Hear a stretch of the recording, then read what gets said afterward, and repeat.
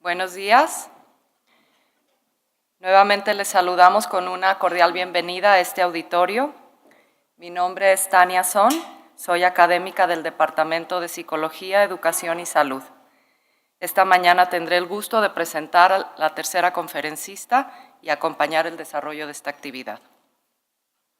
Antes de iniciar este acto, me permito atender a las normas de seguridad de la universidad en materia de contingencias. Les pedimos a todos los asistentes que, en caso de alguna emergencia que nos obligue a evacuar el auditorio, se dirijan sin correr, sin gritar y sin empujar hacia la explanada que se encuentra detrás de ustedes y de ahí a la glorieta de ingreso que se encuentra a su mano derecha. Las puertas cuentan con barrera antipánico para favorecer la salida.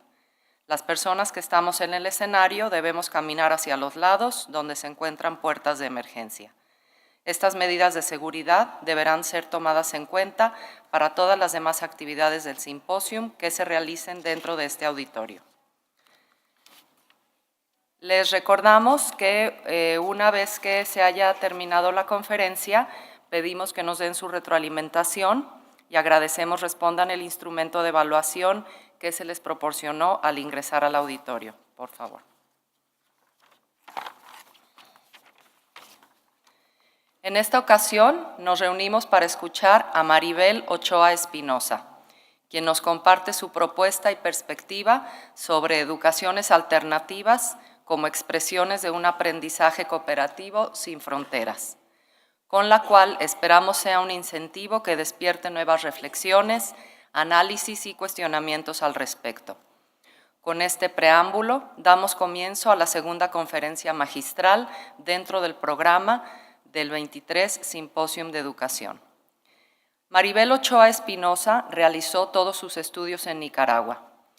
Tiene la licenciatura en Ciencias de la Educación y la maestría en Gestión del Desarrollo Comunitario. Su experiencia profesional se centra principalmente en el acompañamiento, facilitación de diversos procesos participativos comunitarios y en la sistematización de diversas experiencias educativas. Tiene experiencia como educadora popular, facilitadora de procesos socioeducativos, co-constructora de escenarios de educación alternativa popular basados en cooperación genuina.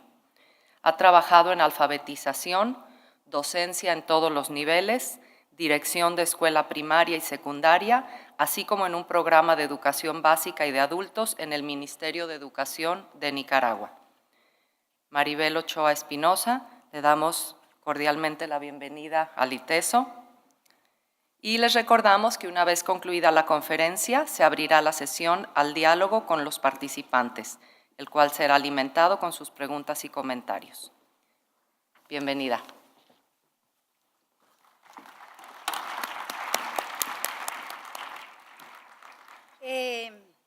Muchas gracias por darme la oportunidad de seguir aprendiendo con ustedes. Quiero en principio enviar un abrazo de parte de Abaco en Red a todos las autoras y autores de este 23 encuentro educativo. Quiero agradecer al equipo de apoyo logístico que no lo vemos por aquí, que no está tan visible, pero que garantiza que nosotros estemos muy cómodos y muy cómodas. Y quiero agradecer también a Tania por acompañarme en esta otra experiencia de aprendizaje.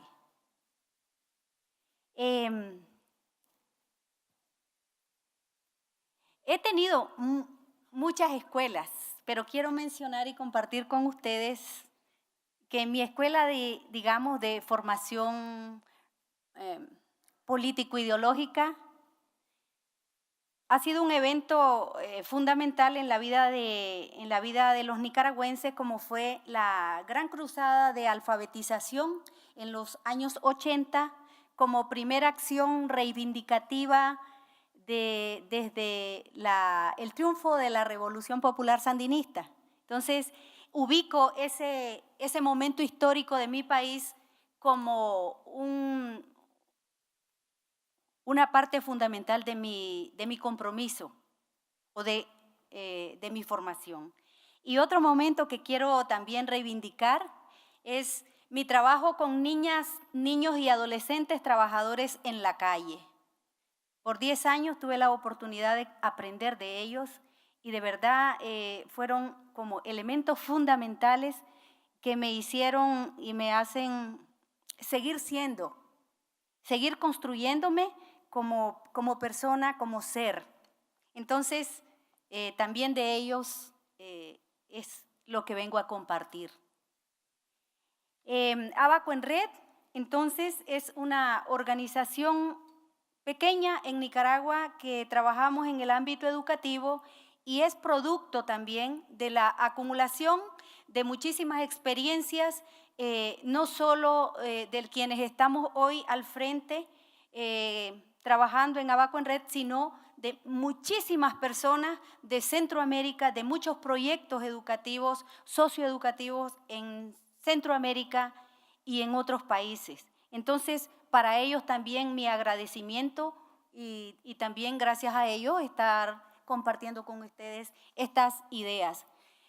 Quiero decir, no es la última palabra, es nuestra búsqueda, nuestra construcción. Son únicamente insumos que quiero compartir con ustedes de manera muy respetuosa.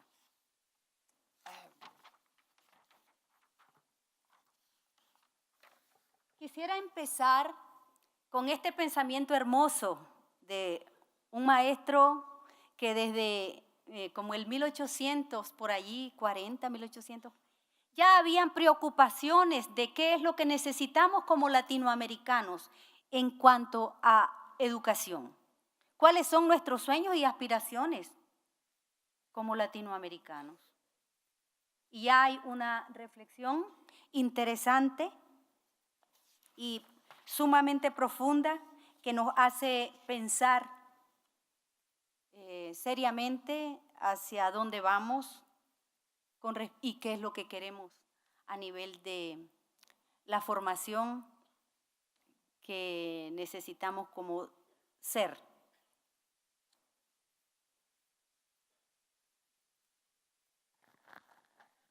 Dejo un minutito para que lo leamos y creo yo que es el elemento que me permite y que va a guiar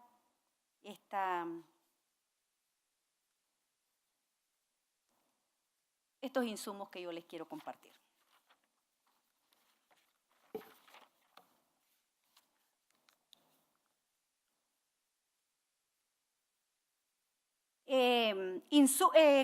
El objetivo es compartir precisamente estos elementos desde nuestras experiencias como Abaco en Red, como aporte a la reflexión crítica sobre metodologías alternativas desde este enfoque de educación alternativa popular y desde la cooperación genuina.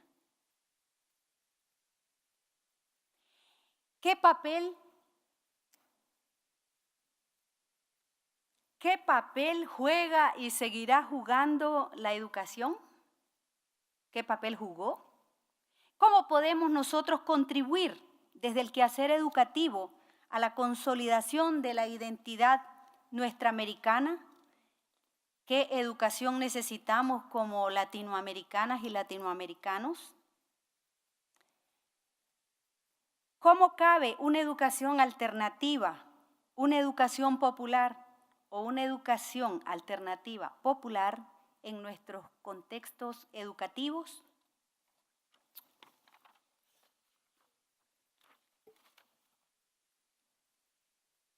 Como latinoamericanos, necesitamos una educación que nos dé la oportunidad de educarnos para desprendernos de certezas tal como nos hicieron creer. Educarnos para poder saber quiénes somos realmente y no lo que nos hicieron creer. Educarnos para aprender a decidir y no para obedecer ciegamente. Educarnos para aprender a amarnos y no para competir.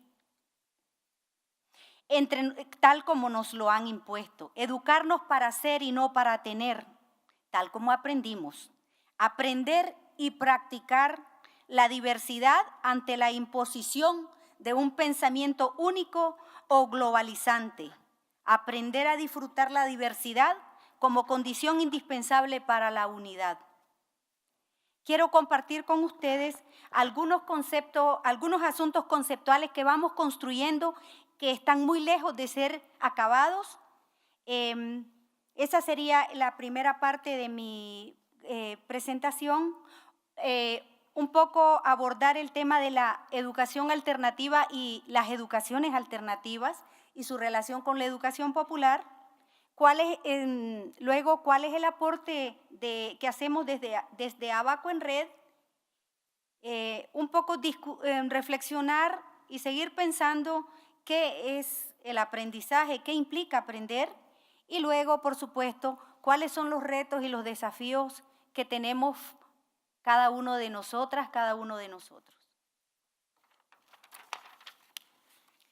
La educación alternativa es un concepto que refleja que es alternativa frente a otros procesos, frente a otros proyectos educativos tradicionales. En consecuencia, su metodología responde a procesos de buscar más iniciativa, más participación y compromiso de los sectores sociales frente a sus propias encrucijadas o problemáticas. Educación alternativa, y es alternativa también porque se apropia de sus mismos esfuerzos que realizamos para regenerar más información, más conocimiento, más prácticas, más construcción de aprendizajes, es decir, más vida. Porque vivir es aprender y vivir el aprender es ser. De hecho, el concepto de educación alternativa no tiene una definición conceptual precisa, definitiva, única. Más bien, se pretende ir construyéndolo desde la experiencia práctica del proceso de acompañamiento. ¿Por qué es lo que hace que una formación se considere alternativa? El adjetivo alternativo en sí no implica calidad alguna, ya que solo indica un camino diferente, una posibilidad diferente. Al contrario, el adjetivo popular constituye para nosotros un criterio de calidad, un criterio de posicionamiento. Como sustantivo, alternativo también indica una opción entre dos o más cosas. Al evaluar con preguntas de opción múltiple, por ejemplo, se definen varias alternativas, entre las cuales él o la estudiante debe identificar la que corresponde o la que considera correcta. Sin embargo, en nuestro lenguaje común, al referirse a una educación alternativa, nos referimos también a cualidades, ya que pretendemos construir o aportar a una educación diferente y mejor, basada en nuestros propios sueños, intereses y aspiraciones como pueblo. Hablar de educaciones alternativas, entonces, es importante hablar de una diversidad de experiencias que se están gestando en distintas partes de nuestra América Latina, como aportes sumamente significativos en la construcción de esta identidad mutilada que se ha ido desfigurando en algunas situaciones. No podemos hablar de manera absoluta, pero esa reconstrucción y esa búsqueda de la esencia de esa identidad latinoamericana. Retomo las palabras del compañero Carlos Núñez, que en uno de los simposios también estuvo compartiendo con ITESO. Y la educación alternativa también, al igual que la educación popular, entonces, es un concepto que se define en la praxis. Quiero mencionar algunos componentes fundamentales que caracterizan a la educación alternativa. Uno de los elementos es las metodologías dinámicas y la construcción de nuevas oportunidades de formación en lo técnico vocacional, en lo lúdico artístico cultural. También es una educación relacionada,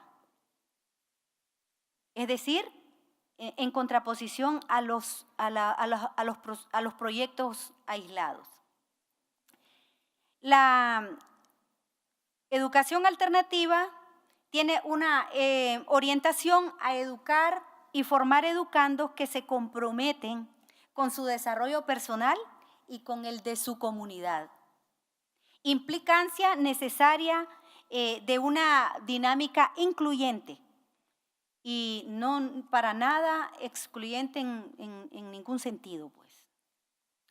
Es un proceso que se construye tanto en los contextos escolares institucionalizados como en contextos fuera de la escuela o en algunos casos la combinación de ambos. Ayer se mencionaba diferentes formas de mencionar los procesos educativos, la educación formal, la educación informal, la educación no formal, que son como etiquetas que hemos ido ubicándole a los diferentes procesos y que quizás es importante cuestionar en qué medida también eso implica una manera de sobreestimar a la escuela y subestimar los otros procesos que se gestan. Es una pregunta y una inquietud que nos hacemos también. Se construye con una orientación al aprendizaje desde, en y hacia la vida, refiriéndose a calidad de vida y no una educación a obtener notas, aprobar exámenes y conseguir títulos. Una educación para la participación, para la emancipación, la transformación, apuntando siempre a esa calidad de vida creciente, diferenciando entre calidad de vida no es únicamente bienestar. El bienestar es más bien como una condición necesaria para el bien ser. Lo alternativo de la educación de la que estamos hablando también puede verse desde distintos ámbitos. Puede ser que es alternativa porque construye oportunidades a personas no integradas, históricamente excluidas del sistema escolar. Puede ser uno de los elementos. Puede ser alternativa por desarrollar una metodología orientada a un aprendizaje consciente, activo, significativo de cada participante, incluyendo a la persona que acompaña, a la persona que facilita el proceso en sí. Y esto mismo tiene, por supuesto, consecuencias en el proceso de construcción curricular. La alternatividad también puede verse desde los valores, la cooperación, la solidaridad, en vez de la competitividad o de la competencia a la que hemos sido sometidos casi desde que nacemos.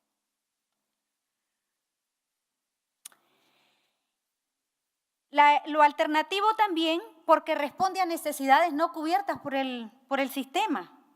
La parte de la formación vocacional, la parte de la profesionalización, la construcción de capacidades emprendedoras, la parte de lo artístico, creativo, liderazgo comunitario, liderazgo juvenil, liderazgo de la niñez. Y también hay otros ámbitos que nos pueden ayudar a ir visualizando una educación alternativa, pero en este caso yo quiero referirme ya un poco al concepto que estamos trabajando desde Abaco en Red, hablando de una educación alternativa popular.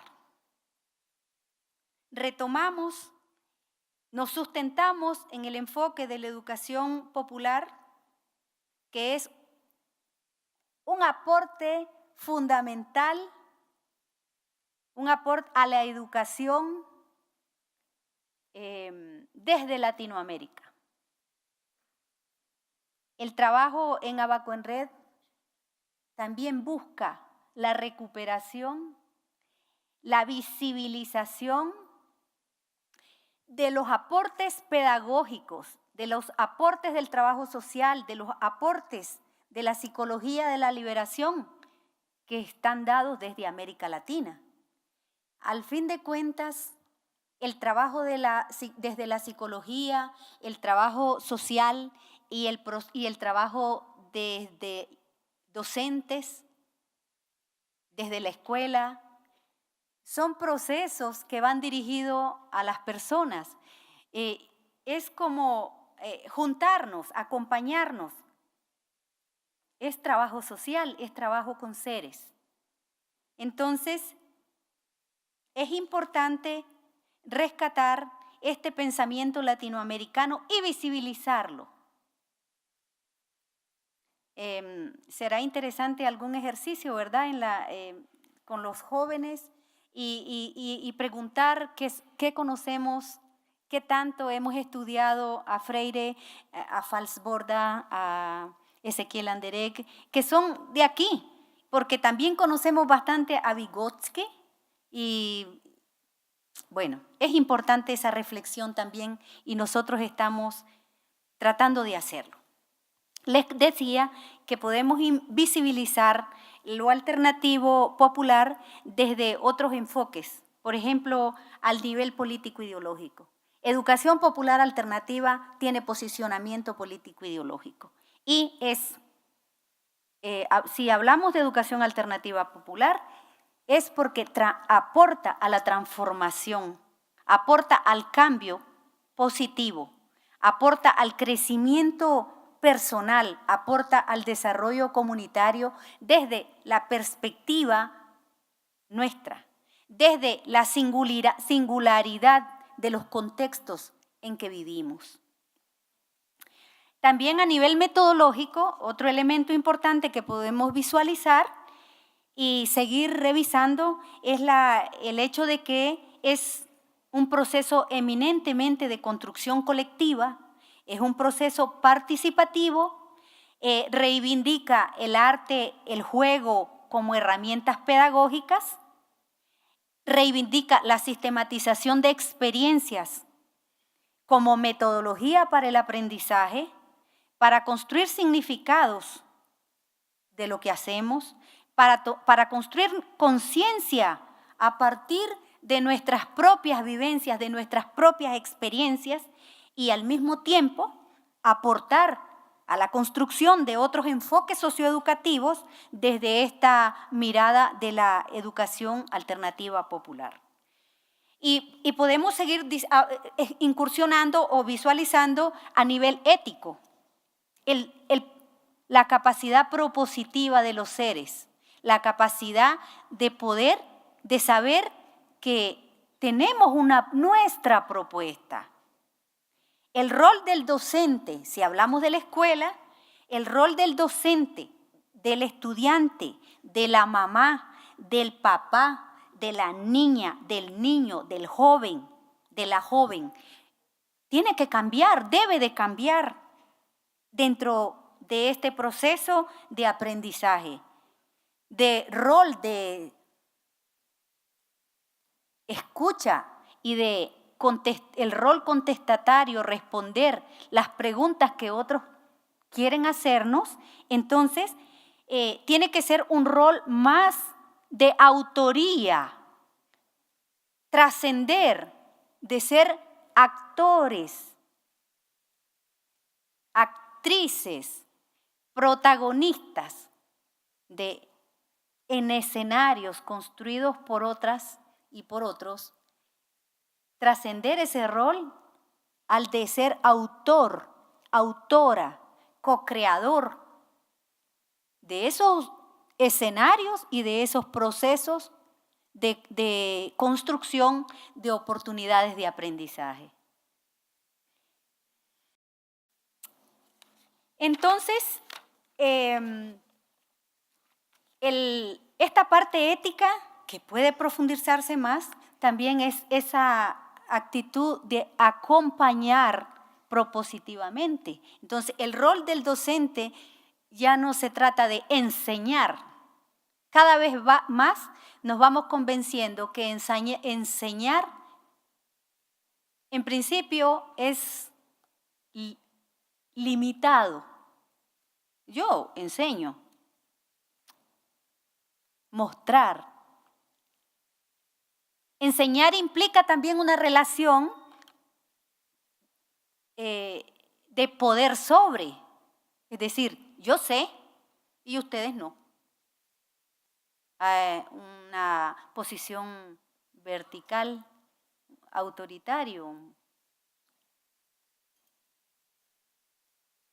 Entonces, el acompañamiento y el rol del docente y el de la mamá y el del papá y el de entre jóvenes y entre niños tiene que ser un rol respetuoso de acompañarnos, de cooperar entre nosotros.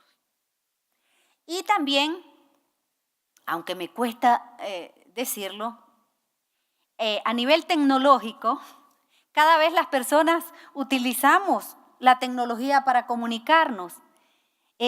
También en la escuela se siente esa, yo no sé si es una necesidad creada, impuesta o es una necesidad. Y como docentes también tenemos la responsabilidad de irnos apropiando de herramientas de una manera responsable y también compartiéndolas con los estudiantes de una manera responsable para utilizarlas en el proceso de aprendizaje. Incorporar esas tecnologías siempre que no se sobrepongan, por supuesto, a ese proceso de construir convivencia y solidaridad. Y yo les decía que me cuesta porque desde Abaco en Red nosotros trabajamos en espacio virtual. También, no únicamente, pero también lo hacemos. Y dentro de nuestras experiencias, una de las principales desafíos que tenemos es que cuando las personas, los compañeros que quieren hacer un curso, un diplomado, la primera reacción es temor, es desconfianza. Si vamos a lograr conectarnos, vamos a lograr establecer comunicación entre nosotros. Y ha sido el reto más grande que hemos tenido y hemos podido lograr una construcción de una relación y una comunicación afectiva, no solo asertiva, pero también afectiva. Y ese es un elemento que tenemos que seguir visualizando. Quiere decir que dentro de estas tecnologías, entonces, nos facilita también el hecho de que el principio de la responsabilidad compartida, lo que les compartía antes de que ser autor o autora en los procesos educativos, implica que yo también asumo un compromiso. Asumo un compromiso con mi proceso de aprendizaje, pero con el del grupo. Ya no hay, mi preocupación no va en ser la mejor, en salir primero, en ganar el primer puesto y tener excelencia académica, hablando de la escuela. Aunque no quiero estar patinando, pero la escuela es como eso que yo les decía, cómo hemos de alguna manera sobreestimado la función de la escuela. Entonces, eso significa que yo me ubico, al ser autora, me ubico también, asumo un compromiso. Asumo que mi aprendizaje depende de los aportes de ustedes y viceversa.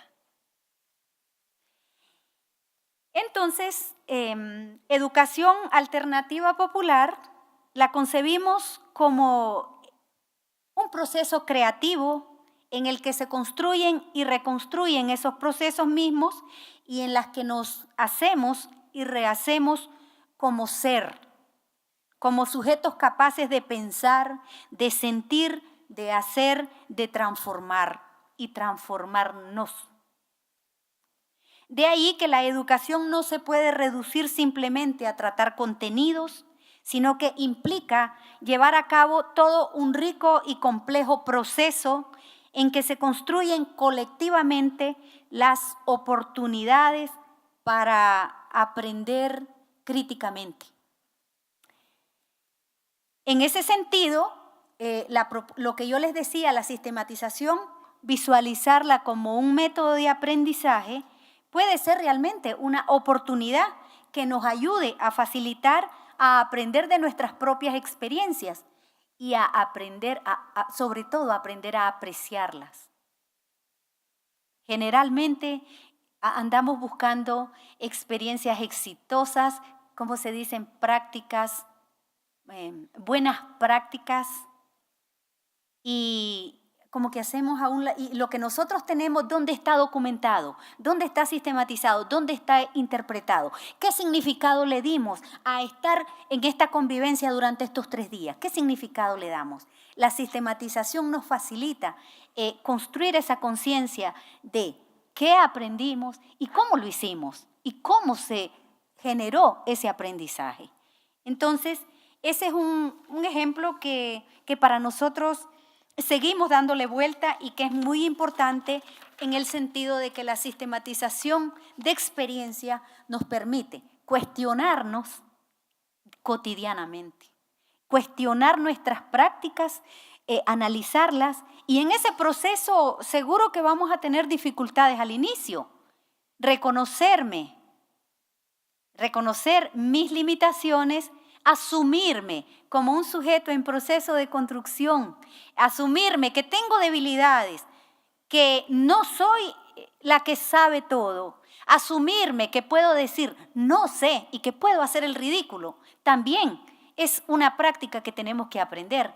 O sea, cuestionarnos es algo que tenemos que seguir practicándolo, interiorizándolo. No es algo que la escuela nos ayuda muchito para aprender a cuestionarnos. Generalmente nosotros lo dejamos para otros. ¿Quién más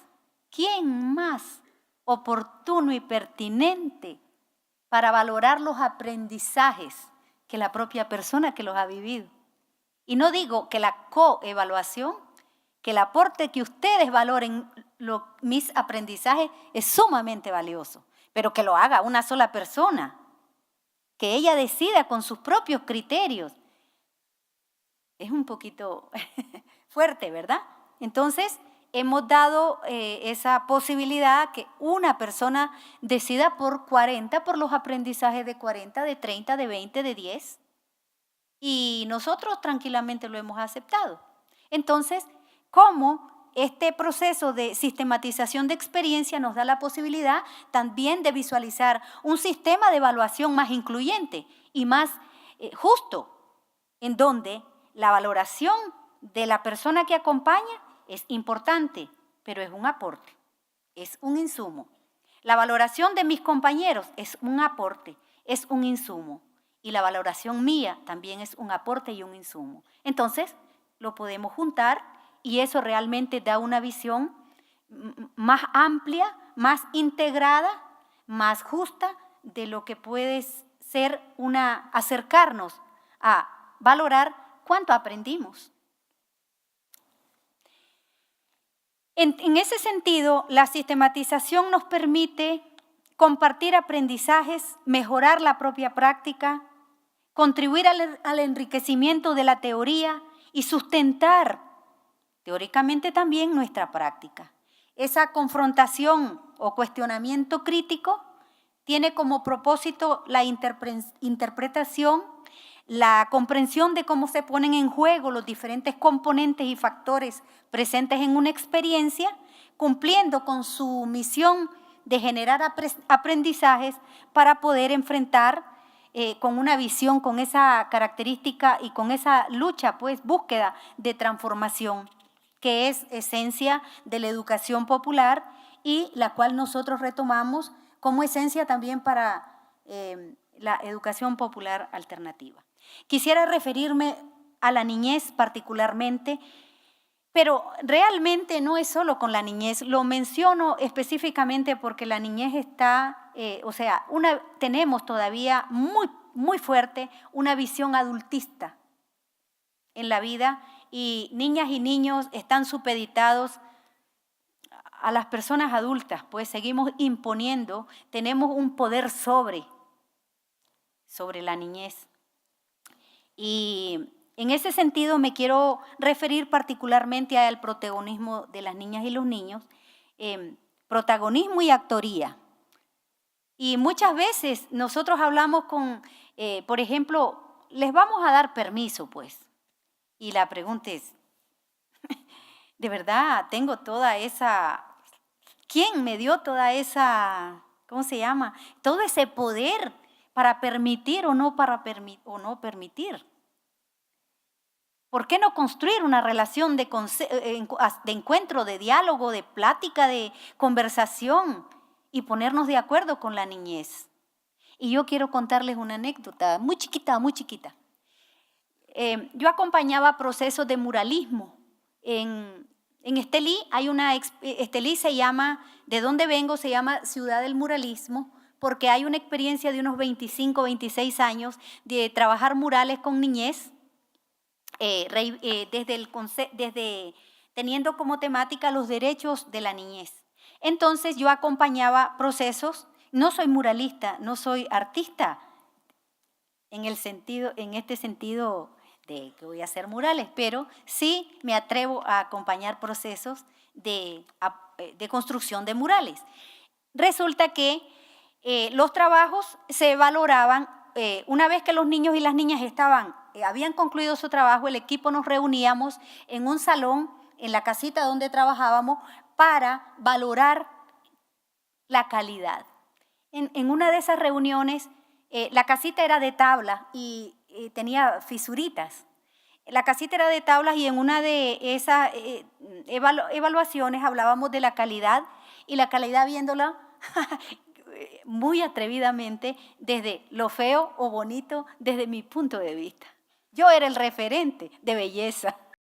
Y resulta que habían miles de ojitos en las tablas. Entonces, yo dije que uno de los dibujos de uno de los niños era feo. Como a los 10 minutos alguien tocó la puerta. ¿Qué querías? ¿Qué necesitas? Vengo por mi dibujo. Ay, amor, ¿cuál dibujo? El que usted dijo que era feo. Yo estoy sumamente agradecida, eternamente agradecida con esa sacudida que me dio esa criatura. Era un muchachito como de 8 o 9 años. Por eso reivindico, rescato y defiendo y los insto a ustedes a que miremos a la niñez no como protagonistas de los escenarios que nosotros construimos, no como actores en la obra de teatro que nosotros creamos, sino como autoras y autores 100% propositivos, con capacidad, con visión, con aspiraciones y también con sueños. Entonces, es muy importante que el trabajo de acompañamiento en los procesos educativos, escuela o fuera de ella, tomemos en cuenta esa dimensión política de ser autor, co-creador, creadoras de procesos, de mis propios procesos de aprendizaje. La conciencia de participación popular significa una propuesta educacional de apertura, de redefinición de roles, de romper con formas verticales y militarizadas de educación, con las estructuras y con esa institucionalidad establecida, así también impone una nueva distribución del poder. Ese poder que nos cuesta mucho soltar. Podemos afirmar entonces que el reto debe ser que la niñez y los adolescentes, que docentes, que mamás, que papas, así se dice en Nicaragua, que jóvenes, mujeres y hombres y otras más, trans, gay, como lo tengamos que decir. Quiero decir que un proceso de aprendizaje que también estoy viviendo es ese lenguaje sexuado que tenemos, de discriminación, ¿verdad? Entonces, que todos nos convirtamos en autores y autoras en el proceso de construcción de escenarios propios y en la construcción de esas oportunidades de aprendizaje. Desde nuestro contexto, desde el territorio, y cuando hablo de territorio no solo me refiero al territorio físico, me refiero a la interacción, a esa interacción entre seres, y no me refiero solo a las personas, sino también al entorno en el que hemos creído la historia de que somos el centro. Y les voy a compartir una imagen más lueguito, en donde la misma figura que yo ubiqué allí, estamos al centro. Entonces, también es importante. Desde Abaco en Red, entonces,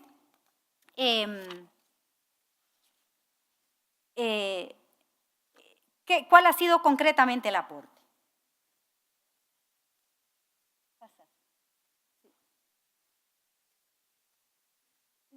Allí. Antes, la anterior, por favor. La anterior, por favor. Anterior.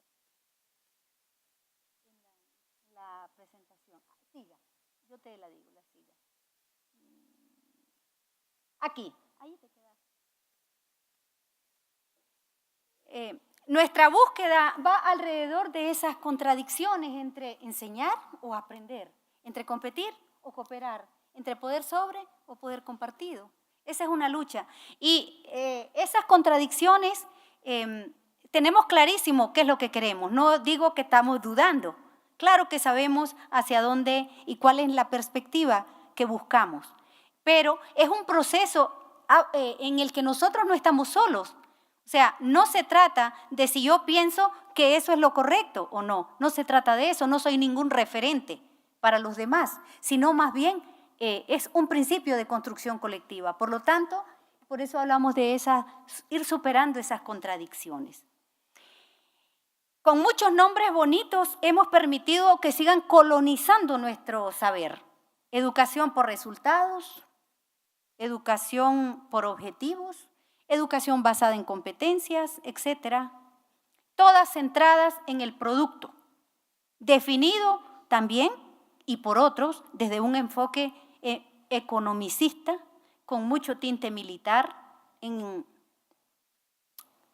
el proceso metodológico sobre todo, centradas en enseñar y provocando una división de personas en capaces e incapaces, exitosas y fracasadas, inteligentes, cultos, analfabetas, con una clara intencionalidad de someter nuestro sentir, nuestro pensar, nuestro actuar, es decir, colonizando nuestro ser.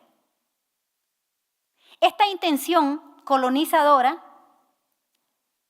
llámese globalización, globocolonización, esta intención trasciende la escuela y desde muchas organizaciones también se refuerza. Y aquí hay un papel de los medios de comunicación, de las iglesias, de las familias, de mí misma como persona, como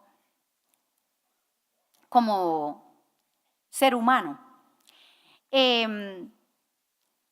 Con frecuencia nos dicen que hemos perdido valores, que se han perdido los valores. Hemos perdido valores y principios y por eso estamos como estamos. Y culpabilizándonos de algo que no podemos perder porque nunca lo hemos tenido, ni lo hemos querido sobre todo. Imponer, competir, mandar. Entonces, es algo en lo que también estamos dándole vuelta. Esos valores y principios lo que nos han aportado es que tenemos que obedecer y responder, no preguntar, no pensar y mucho menos decidir por nuestra vida.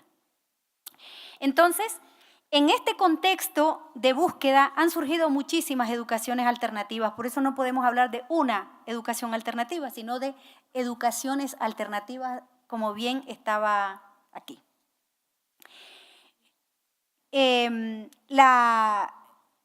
Las preguntas, cuando nosotros en esa búsqueda, las preguntas que son como recurrentes, ¿por qué insistimos en querer enseñar en vez de acompañarnos en el aprender? ¿Por qué insistir en querer imponer, en querer competir en vez de cooperar entre nosotros, en vez de juntarnos y construir oportunidades de aprendizaje? ¿Por qué insistir en relaciones verticales que nos funcionan un tiempo, pero después para nada? Y en vez de construir relaciones horizontales y compartir no solo responsabilidades, sino también el poder.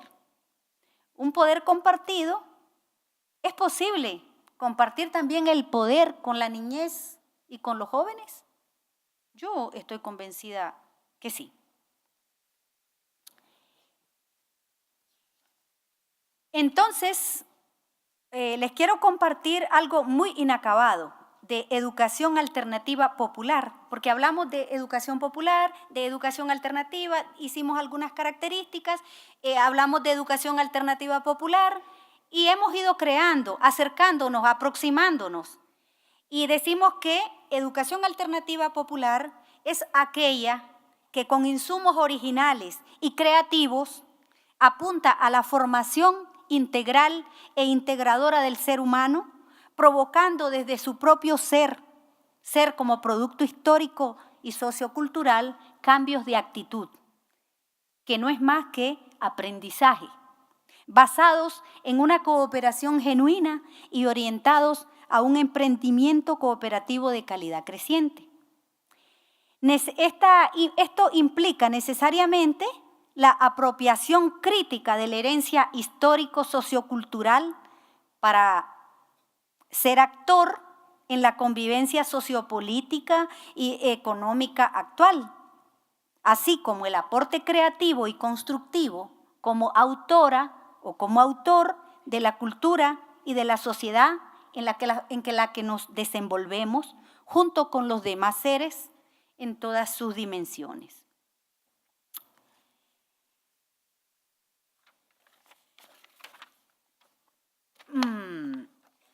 Les hablaba que este enfoque de educación alternativa popular se nutre como de dos vías. Al final, no sé si son dos vías, yo creo que ustedes lo podrán visualizar mejor.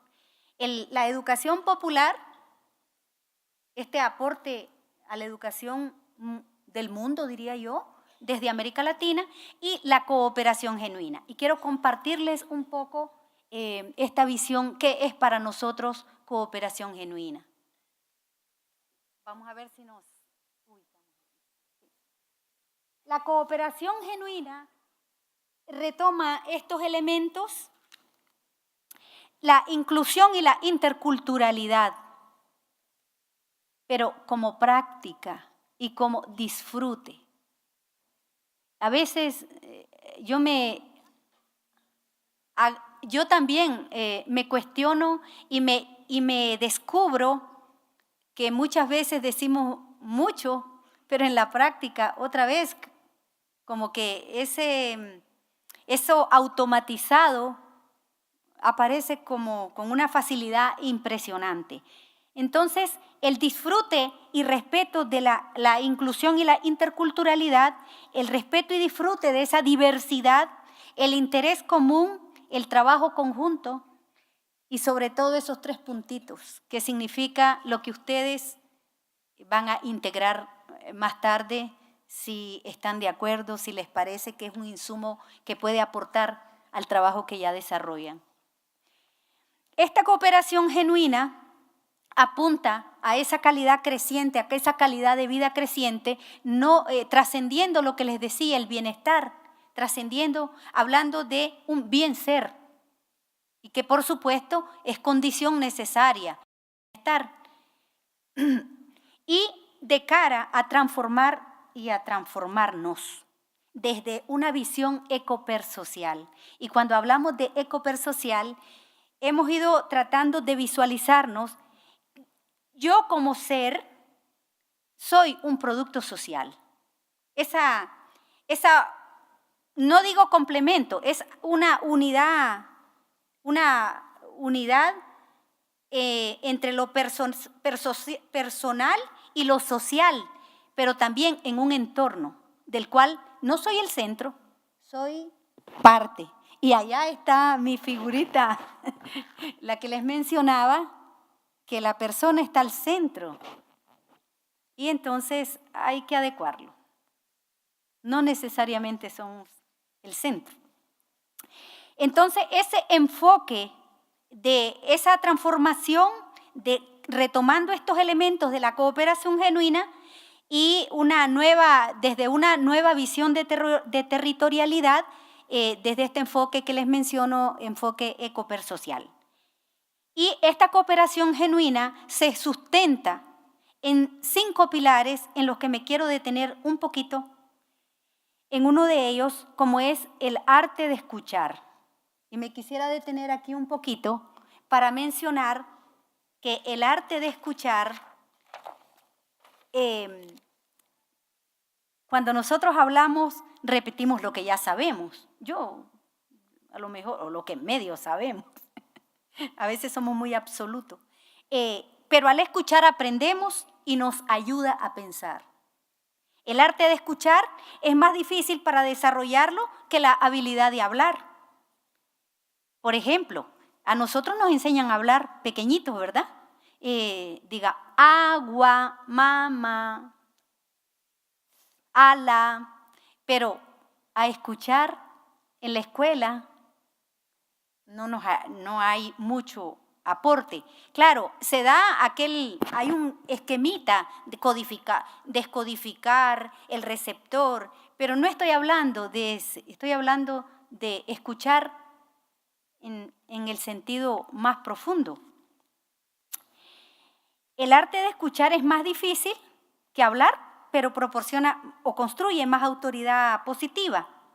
El arte de escuchar pertenece a las principales habilidades de personas extraordinarias y también implica saber escucharse a sí mismo. Entonces, todo este proceso apunta, y el arte de escuchar apunta a convertirnos en personas extraordinarias también. ¿Por qué no? El proceso de escucha participa todo nuestro ser.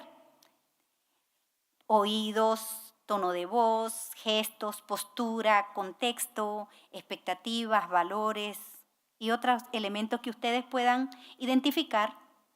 Y escuchar no necesariamente implica estar de acuerdo, ¿no? Se trata de apertura, respeto, silencio, interés y disfrute. Escuchar para comprender en vez de escuchar para responder o juzgar. Y la pregunta es, bueno, ¿pasamos cuántos años en la escuela? ¿Desde el preescolar o desde la temprana, como educación temprana, hasta la universidad, aprendiendo a leer y escribir? Y a escuchar, vale la pena preguntárselo, ¿verdad? Entonces, en este sentido, retrocedamos. Sí, concebida la cooperación genuina, concebida en este sentido, entonces nos permite hablar de otro elemento importante que es otra contradicción que yo creo que ustedes van a coincidir conmigo. Estamos hartos hartas de tanta intervención. Sin embargo, nosotros hablamos de intervenir desde el trabajo social, hablamos de intervenir como docente, hablamos de intervenir como psicóloga, psicólogo, hacemos procesos de intervención. ¿Será que necesitamos que a las personas que les intervengan, a ustedes les gusta que intervengan en su vida? ¿Les gusta cuando alguien, su mamá, y ya quiere, aunque tenga 3 años, y mi mamá me impone que me ponga el vestido, y la niña patalea, ¿verdad? Que hace pataleta, y lucha para ponerse lo que ella quiere. A nadie le gusta que intervengan en su vida. Sin embargo, nosotros nos atrevemos a intervenir en las comunidades, a intervenir en los grupos, a intervenir en la vida de las demás personas. Entonces, este es otro de los elementos con los que seguimos luchando desde Abaco en Red.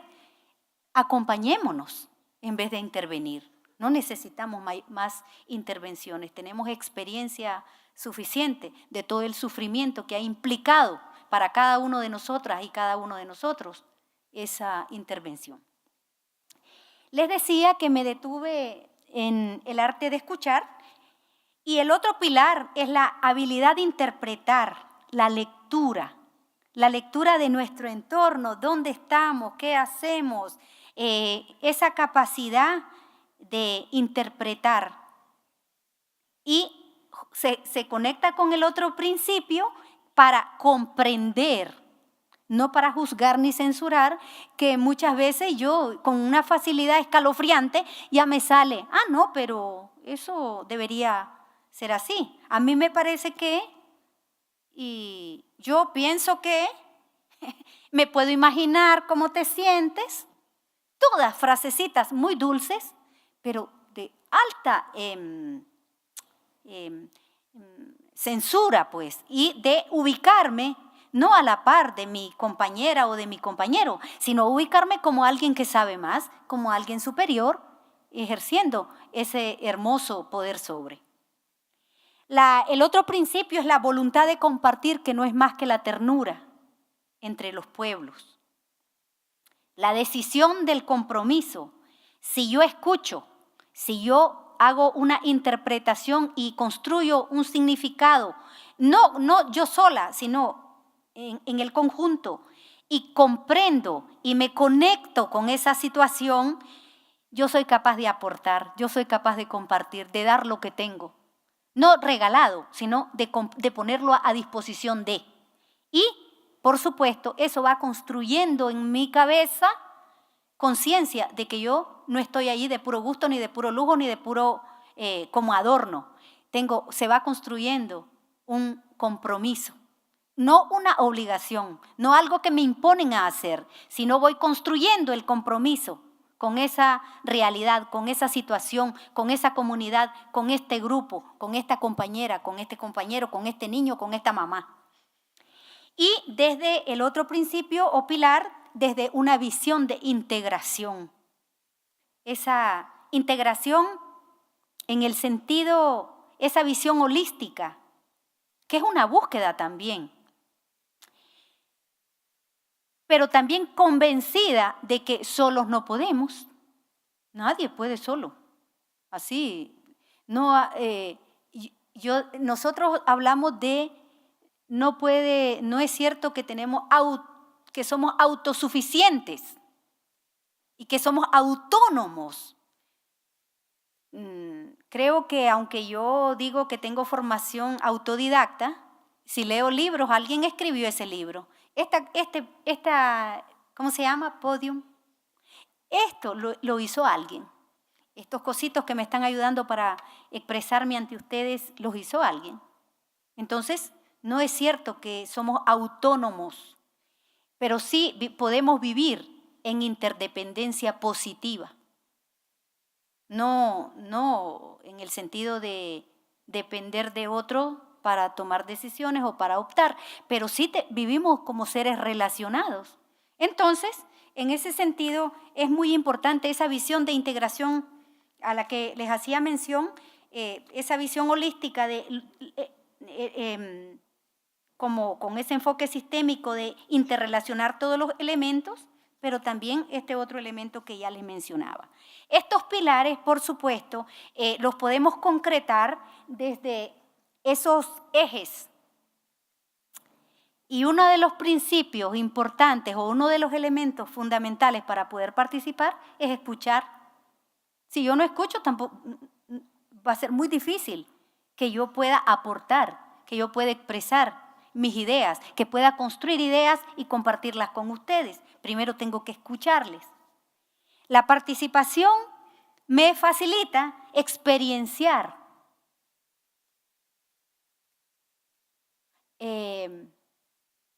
junto con otras, junto con otros. Esta participación, esta experienciación va aportando a la construcción de conciencia, porque la conciencia no está dada, ni la conciencia me la da otra persona. Yo no puedo concientizar yo puedo construir mi conciencia gracias a los aportes de este grupo. Ustedes me dan aportes, sin embargo, no pueden concientizarme a mí. Entonces la conciencia es una construcción en el colectivo, pero es algo que yo voy construyendo, no es algo no es regalo.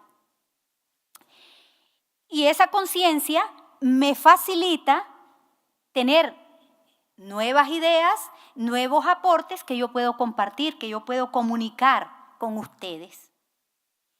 Estos elementos que les comunico y junto a los de ustedes también pueden ayudarme a sistematizar y tener un posicionamiento. Les decía, Abaco en Red es el cúmulo de aportes de muchísimas personas. Es la sistematización de muchas personas, de los aportes de muchas personas. Y luego todos esos elementos se integran y pueden darme una visión de mayor equilibrio en este enfoque que les hablaba, donde nos pusimos al centro, que ya no deberíamos estar allí. Por supuesto, estos pilares y estos ejes tienen como elementos o factores facilitadores tres dimensiones importantes. Una es la transparencia. Transparencia en el sentido amplio. Transparencia no solo financiera, económica, sino transparencia metodológica. En este proceso, en el aula de clase, no solo tenemos que compartir el contenido, el tema como tal, pero también la ruta, cómo lo ideamos. Esa ideación, ese camino, ese rumbo que le damos, tiene que ser compartido. A eso referimos esa transparencia metodológica. Dejar claramente cuál es nuestra posición, y no solo me refiero a la parte de rendición de cuentas, pues. El otro elemento, la otra dimensión es la construcción de confianza. En el programa, en los planes de clase, no lo ponemos como contenido de estudio. Construyamos confianza aquí en este grupo para que podamos generar aprendizajes gratificantes, aprendizajes significativos y que podamos disfrutar aprender. Ayer era rico, me gustaba un poco cuando nos tocamos un ratito. Y ese contacto físico, esa cercanía, esa poder. Yo estaba muy de acuerdo con no puedo pronunciar el nombre del primer, Manny. Cuando él decía que es un poco distancia estar aquí, yo pensaba, él porque es grandote lo está diciendo, pero para mí que soy enana, mañana yo busco una escalerita para poder verles a ustedes. Es decir, en este caso es una situación que era un poco difícil, pero lo ideal es que es importante esa conexión, esa horizontalidad en nuestras relaciones. La escuela, aquel podium que nos hicieron a los maestros, tenía una finalidad, tenía una intención, poner distancia entre ustedes y yo. porque no somos iguales, porque no somos diferentes. Yo soy la que sé, tengo que estar más arriba. Entonces, esta construcción de confianza en el proceso de aprendizaje es indispensable y es importante integrarla, no solo como eje transversal, sino como contenido de reflexión y descubrir cómo es que vamos a construir una ruta metodológica sobre cómo es que vamos a construir confianza. Y luego esta confianza se suma a la otro elemento, esa otra dimensión de que también nos adolecemos mucho, la capacidad de autocrítica. La capacidad de crítica y autocrítica. Asumirnos como seres es la parte más difícil. Entonces, la cooperación genuina, vista desde este modo, de esta manera y de esta forma de interrelacionarnos, nos ayudará como estrategia para darle vuelta y que la educación de verdad responda a nuestros intereses, a nuestros sueños y sea algo como una construcción colectiva y una construcción desde nuestros propios escenarios. Ya vamos finalizando un poco. Me quiero referir a lo que les mencioné de la actitud. Y vamos a ir a buscar actitud, los elementos que están allí. Nosotros vemos que aprender es cambiar de actitud, pero desde la psicología nos mencionan 3 componentes de la psicología. Yo no me acuerdo ahorita cuáles son. Lo conductual, lo cognitivo y lo afectivo. Me ayudan las compañeras de psicología. Sí, esas 3 dimensiones. Y entonces nosotros pensamos que hay más y hacemos una pequeña propuesta. Existen aprendizajes que surgen y se desarrollan al margen de la escuela. Todos sabemos, aprendimos a caminar y no teníamos que ir a la escuela para ello. Aprendimos a jugar, a nadar, a hacer un informe, a hacer una cartita, a gatear, a comer. Y hubo un proceso educativo, ¿verdad? Pero no en la escuela. Hubo una interacción humana y toda interacción humana es un proceso educativo. Ahí había mamá, habían hermanos y había... Entonces, por eso tampoco somos seres que aprendemos solitos. Somos sociales. Alguien nos tiene que apoyar y acompañar. ¿Son todas ellas influidas por un sistema, por un aprendizaje sistematizado en la escuela? ¿Son realmente aprendizajes? ¿Cuáles fueron las condiciones para que esas actividades humanas se desarrollaran? ¿Qué componentes participan para que se desarrollen? ¿Existe influencia del medio para que suceda? ¿En qué medida? ¿De qué manera? Todas estas, además de otras, son preguntas centrales que se formulan al intentar construir una teoría de aprendizaje. En nuestro caso, nos interesa el tema para encontrar los mejores fundamentos que nos permitan diseñar procesos de construcción de oportunidades más adecuadas para el aprendizaje y su facilitación.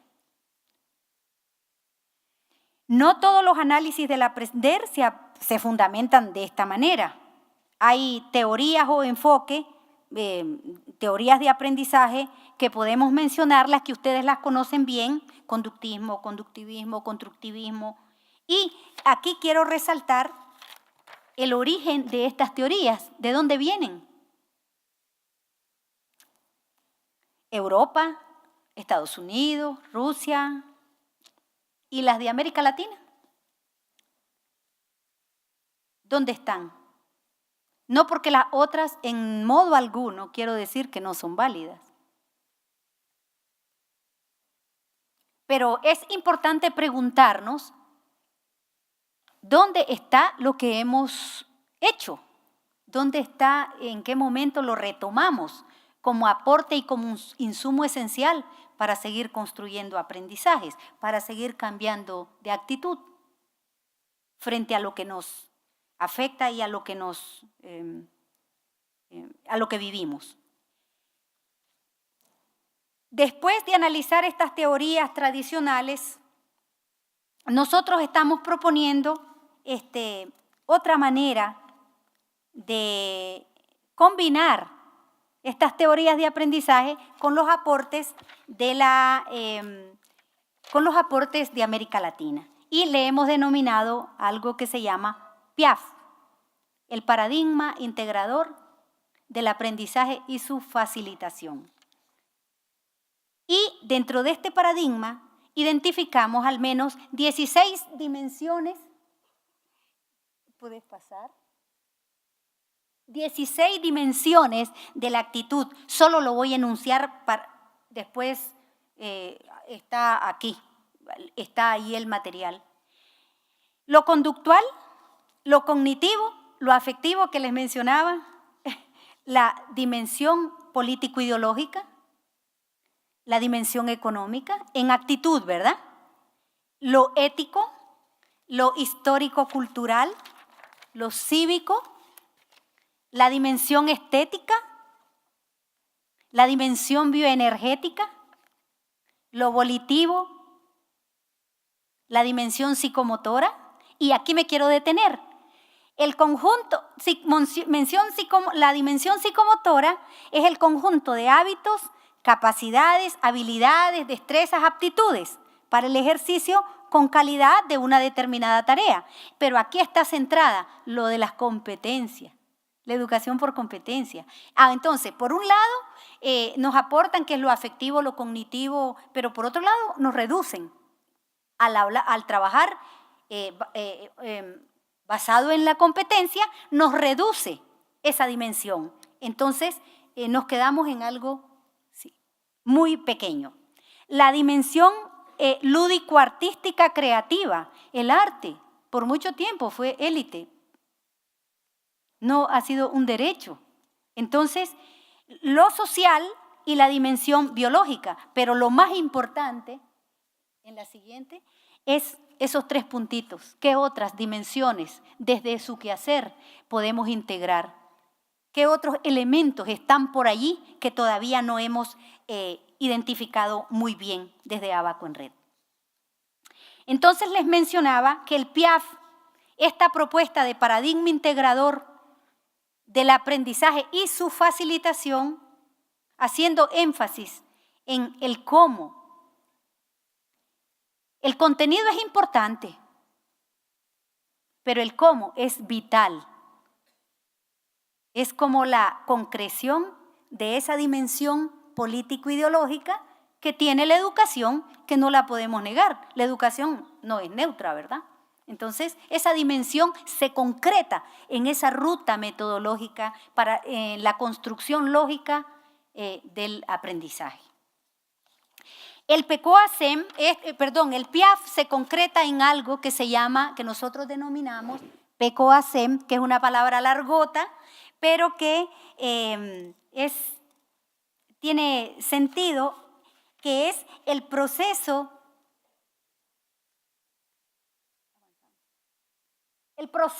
de construcción colectiva de oportunidades de aprendizaje, integrantes de una actitud cooperativa, emprendedora de calidad creciente. Todavía nos tenemos que cuestionar muchos conceptos que todavía estamos usando allí. Emprendedor, calidad, muchas veces son conceptos extraídos de un sistema y la Coca-Cola tiene criterios de calidad. Esa Coca-Cola es hecha con alta calidad. Entonces, ¿a qué nos referimos cuando hablamos de calidad creciente? Es muy importante hacer ese llamadito con respecto a la propuesta. El PECOASEM es la propuesta, y con esto quiero ya ir finalizando, que también en los talleres, en los 3 días que estamos conviviendo en los talleres, allí estoy acompañando el grupo con esta misma temática, pero ampliando un poco de qué se trata el PECOASEM. No voy a tener tiempo, ni tengo tiempo ya para abordarlo, pero sí tenemos material escrito que voy a dejar en ITESO, la presentación también en la que ustedes pueden, si alguien quiere, puede acceder a ese material. Entonces, concluyendo, el PIAF o Paradigma Integrador del Aprender y su Facilitación, como apunta a un sistema educativo fundamentado en el aprender basado en la cooperación genuina. Concepto que ya hemos ido hablando, retoma los aportes de las teorías tradicionales del aprendizaje, pero hace un llamado urgente y necesario para retomar lo nuestro, aportando en el proceso de descolonización del saber y en la construcción de una calidad educativa coherente con nuestras raíces latinoamericanas. Para concluir, quiero decir que la educación alternativa popular es un compromiso de vida. Constituye un proceso político-pedagógico y sociocultural en construcción permanente. Se caracteriza por su sentido colectivo y participativo, integral y genuino, creador y transformador. Se basa en una actitud cooperativa donde cada quien aporta desde sus realidades y espacios diversos en que ha y sigue experienciando. Su búsqueda esencial está vinculada a la transformación social, al cambio social, al establecimiento de relaciones justas y equitativas entre seres y su entorno y su medio ambiente, entre seres y su casa. Recuperar esa capacidad de sorprendernos, de cuestionar nuestras prácticas, de transformar nuestras ideas para vivir mejor, para encontrar sentido a las experiencias, proyectándolo en la construcción de una nueva sociedad. Muchas gracias, les agradezco mucho, un abrazo para cada uno y ahora ustedes tienen la palabra.